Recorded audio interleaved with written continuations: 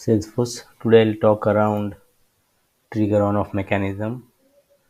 So you all know, right? We have a trigger, and trigger we use for controlling some business logic on the same record or some select related records, right? Now what happens? Suppose in production I am doing a data load, right? And during that data load, I want my trigger to be not executed. Okay, that is one of the scenario.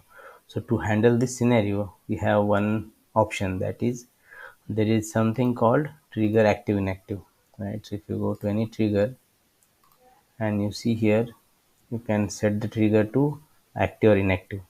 But for doing this you need to deploy your code from your sandbox to production, and you all know, right, getting permissions for deployment is always hectic and tricky, whereas we just want to do that trigger on off for certain data load, right? So in that case we will need a trigger on off mechanism where we should be able to control that on off without making any changes in the code. So for that there are a couple of options, right? Either we can use some record in custom object or standard object which we can refer in our trigger, right? Or we can use a custom metadata record, record in custom metadata. Now what is these two options and which one is better, right?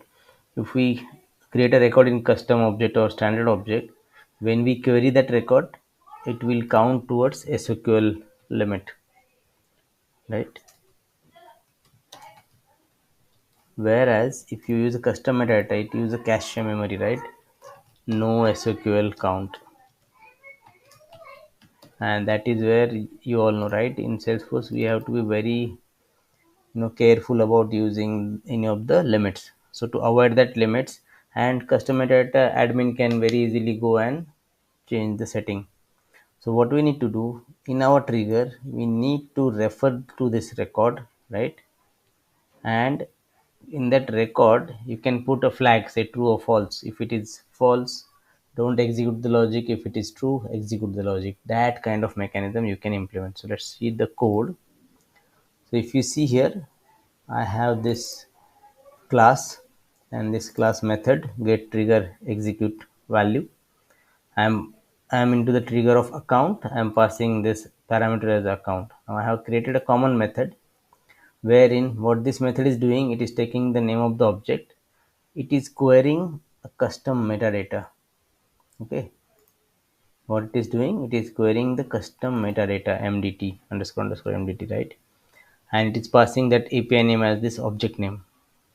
So what it is doing is looking for the record which is set for object account, and what is the value, whether I need to execute or not. If it is true or false, based on that in the account trigger, if it is false then execute, if it is true don't execute, right?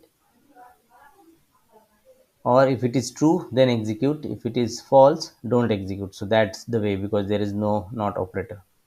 So if you go here in the UI and let's check the custom metadata, so there I have a couple of fields. One is object name, one is the flag to execute the trigger. If I create a record by adding a new record, I added this record for account object, and I have set execute trigger to true. So if it is true it will execute. So default I'll set it to true. When I need to do data load, what I'll do, I'll just edit it and set it to false and then save. I'll do my data load, my trigger will get that value as false, it will not execute, it won't allow the logic to execute. And then once my data load is complete, I'll just simply go here as an admin in production and update this flag. Okay, so without doing any deployment I am able to control that from outside a record, and I am not even consuming any SQL limit. So that is called trigger on off mechanism using custom metadata. Okay, that is a plus point of custom metadata, where it doesn't count towards SQL limit. Okay, this is the one scenario where you are skipping this.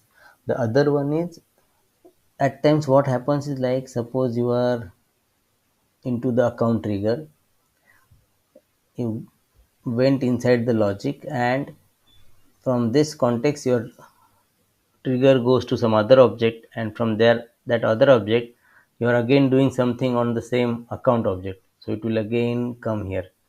So it will keep on triggering. So in that case you need to break that loop, right? We have a for loop, we put a break statement. Similarly, what I have done is, I created one class and its method, which will return me the flag. It's a static flag, right? Boolean flag. So with the help of that, first time I'll set it to false, so that this condition evaluate to true and the code gets inside this. And I'll make sure that, okay, next time this flag should be reset, so that it won't satisfy this condition and it won't enter the trigger in the same context. So that's how we can avoid using this. Okay, then there can be a third scenario where, suppose I have a class, right, where I am updating, say, account rating, and for this rating update I don't want any trigger to execute, because I am sure this is my separate field. I don't want trigger to execute. How I can do that? Now I can use the similar flag, the way I have used here, right? Utility for recursion control, set control recursion in accounts. I can just use this method, right? And if I set it, then it won't execute. Either I do this way, right? Here I can set that, or what I can do, I can just define another flag, public static boolean avoid account trigger is equal to false. I can put this condition in the wherever I want to skip. What I'll use,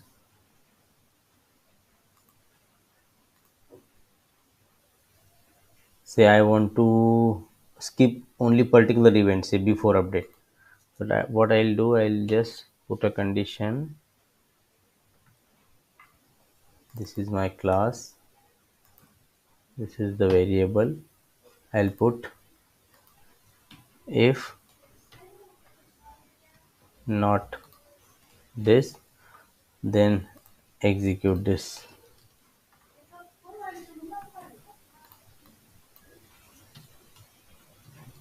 right? Now this code is contained within this, right? And this variable by default it is set to false, right? So it means always this will execute. Now if I don't want to execute this, I'll set it to true. So what I'll do in my code here, I'll use this variable and set it to true. Now when this will execute and it go inside the trigger, it will check, okay, it is the before update and this flag is true. True negate means false. If this condition evaluate false, it won't execute this line. So this is how you can conditionally skip some code or skip the triggers basis your requirement, right? Within your code, you don't want explicitly to execute the account trigger in this context. You can just set it, and again you can set it to false. Once that update is over, you can reset it to false, so that it won't impact anything else. Okay, so these are the different ways where you can control trigger on off, trigger recursion, and you can control execution of trigger depending on your business scenario. Okay, I hope you got these three scenarios. These are very important points. Now you can control all your triggers with this. Even you can control the individual trigger event as well. It's up to you how you want to declare your custom metadata. You can put event for each and every for object. You can put all the events and we can put the separate flags for that.